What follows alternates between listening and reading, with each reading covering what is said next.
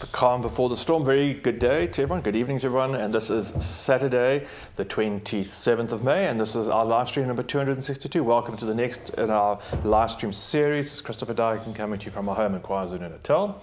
And I'm very much hoping that you can enjoy me for the next hour for a program of brilliant classics, a calm, very gentle introduction, because the rest of the program, classical selection tonight, is quite brilliant. It's a lot of buoyant, exuberant, flashy, very glittering textures, I think, throughout, and some very, very exciting music, starting with a Handel, Scarlatti, a Mozart sonata, and then moving on to Chopin, Debussy, and Rachmaninov to end. If, of course, you are watching these regularly and you're able to support me in these freely available and freely streamed projects of live streams, please do continue to support me. I'm very grateful, especially to, of course, those who are supporting me regularly. And you'll find the details on my website about various possibilities of how to do that and how you can support me in these endeavors. I hear a little pitter-patter of feet. Yes, there's little Lucy coming through on cue. So I'm going to start off this evening's program with a great composition piece that I've played regularly in my live concerts. Hello, little Lucy. Regularly in my live concerts, and this is by George Frédéric Handel, his magnificent Chaconne. Chaconne referring to the shape of the piece. So a piece of music which is built around a repeated chord structure is a chaconne in Baroque terms. Passacaglia is a piece of music that is repeated. It features a repeated melodic structure, a melody which is repeated in various ways through the texture. So in this situation, the chaconne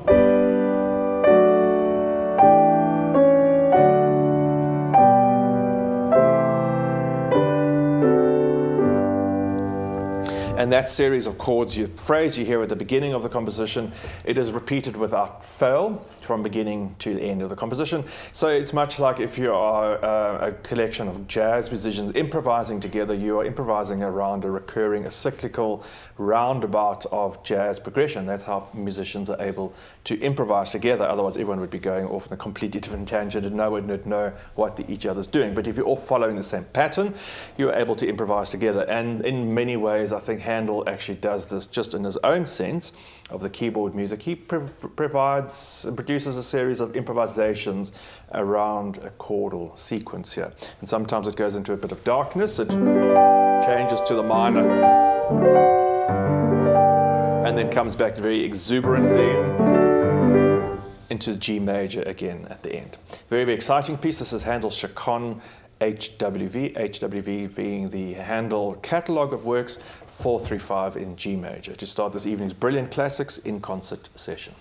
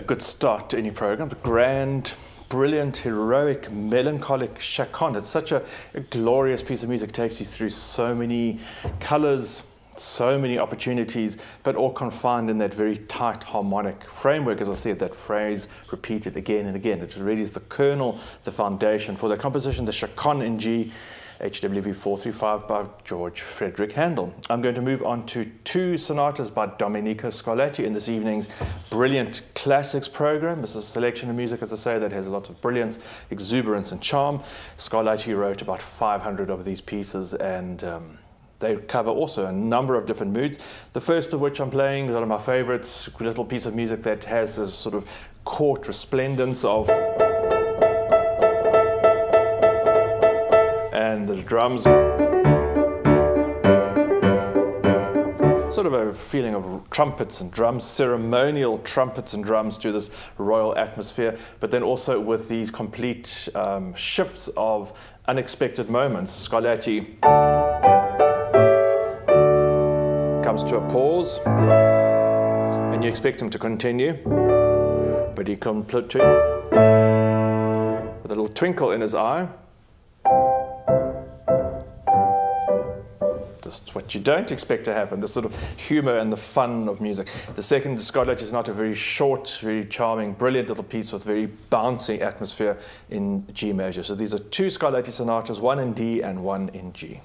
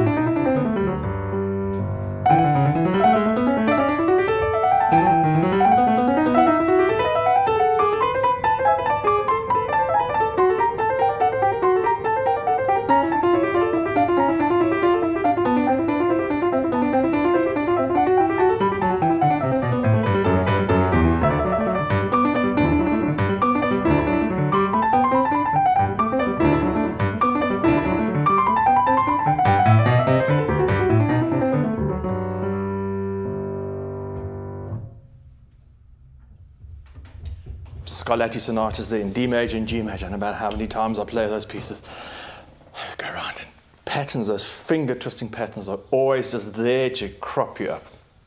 Nature of the music and performance, live performance especially. I'm going to move on to the major work for this evening's program, and this is the sonata in F major K332 by Wolfgang Amadeus Mozart. This is a sonata, of course, in 3 movements, a very standard pattern. Mozart follows a fast, slow, and very brilliant and outgoing fast movement to end. I find this music particularly appealing and charming and suitable for this program because there's really not a dark moment in this music from beginning to end. Throughout, Mozart is full of optimism, joy, lightness, transparency. There's only 1 or 2 little moments in the first movement that have a sort of orchestral nature, the sequences between various keys and repeats ideas, which has a certain drama, it adds a drama to it. But it's such an optimistic and jubilant mood throughout, and serene atmosphere, you might say. The second movement, I think, is really one of Mozart's simplest and most sublimely pure compositions. It's just such a simple idea. The movement really divided in half and repeats the first half almost note for note, but in a different key in the second half. And then the third movement, again, always reminding us that Mozart in his day was very well known and renowned and celebrated as a brilliant keyboard virtuoso. Especially in his piano concertos meant for large public display, you will see these patterns of sound, the notes going sequencing, great flourishes of notes up and down the keyboard. It's a very, very exciting piece and so full of, again, interesting, unique ideas. It's really one of my favorite pieces of music. Always a struggle to play Mozart. Mozart's music is always a very difficult challenge, just to find that nuance and that balance of simplicity, the purity of the music without getting too involved or too harsh a sound in the music. That simplicity and the clarity of it is always so difficult to achieve, and it's something that one's always striving for, and somehow it always seems to be a little bit beyond where you actually are. I'm going to do my best this evening. So this is the Mozart Sonata K332 in F major in 3 movements by Wolfgang Amadeus Mozart.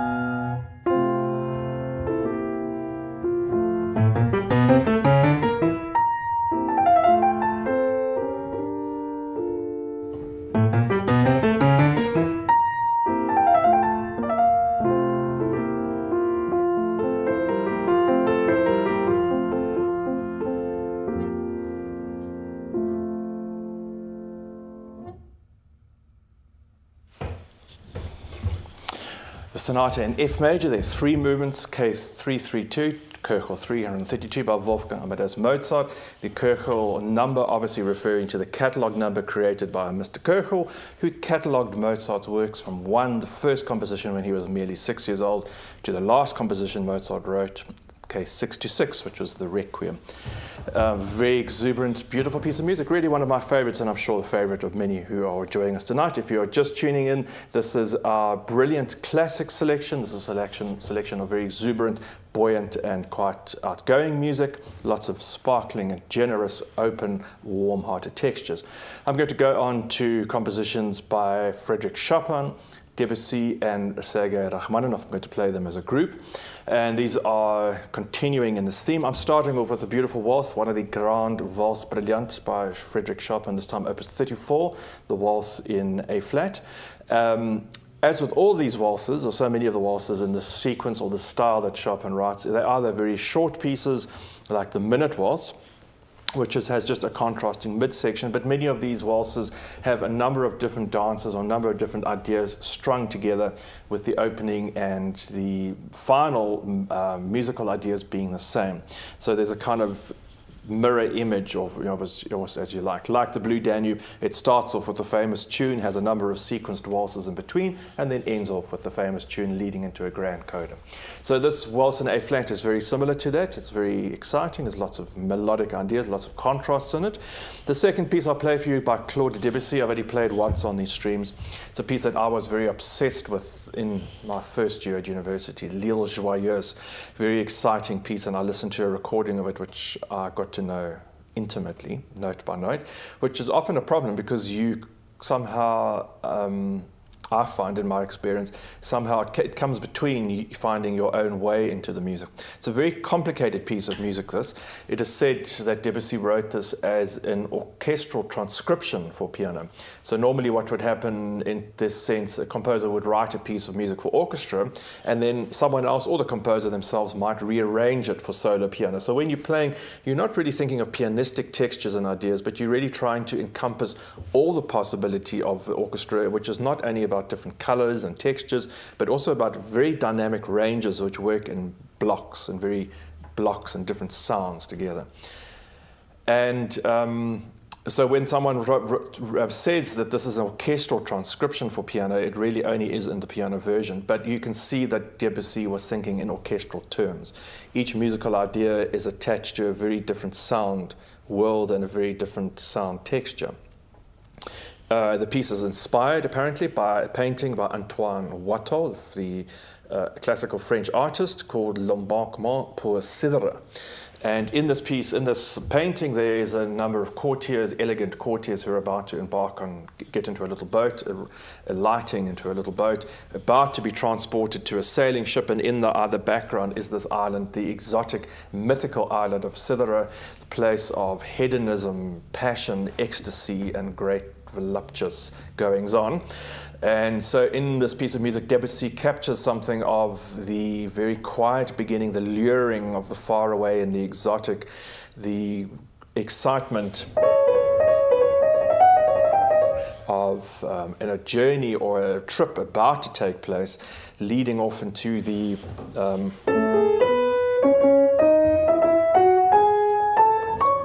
promise of great passion and intensity. And these ideas come back and forth, the luring of the island.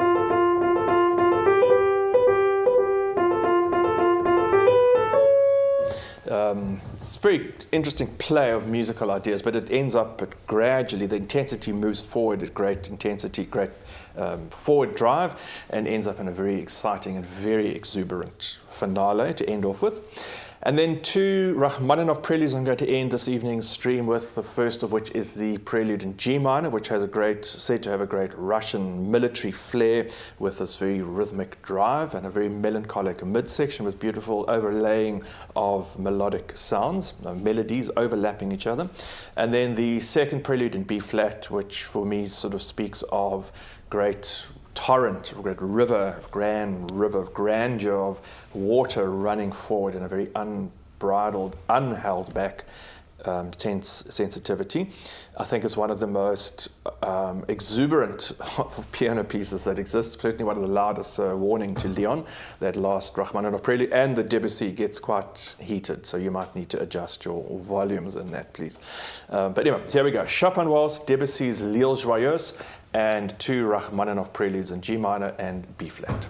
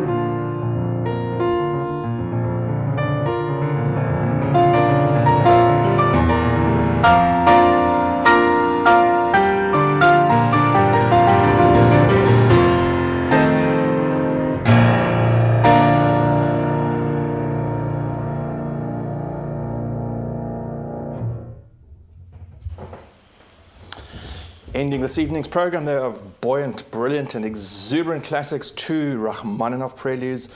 Before that, I'm taking a deep breath, before that Claude Debussy's L'Île Joyeuse, and to start off that section, Chopin Waltz. Gosh, that's rather hard work, but a lot of notes and a lot of noise. I hope I didn't break the microphones, Leon. It's quite a racket. And my piano is sounding particularly bright at the moment. I wouldn't say brittle, but bright. It's really got a bit of an edge. So thank you very much for joining me this evening. I hope you've enjoyed the selection of music. I will be playing this program coming up in Woodgrove on Thursday, and also next Sunday in Belito. Next Sunday will be our last concert at the Ashton International College. We are looking for a new venue now in Belito, so if you have any ideas, please do be in touch. Otherwise, we look forward to seeing you in 2 weeks or 10 days' time or so for the next of our live stream series, and we'll be carrying on into our concerts with June with another sequence of events, as well as still hopefully this much promised donors event, donors discussion, and private background information event, which our major donors will be invited to. So if you would like to be a major donor, please do visit my website donate page. Always appreciative of every support that does come through. Thank you for coming along tonight. Thank you for Leon, technical support, and look forward to seeing you soon. Look after yourselves and stay well.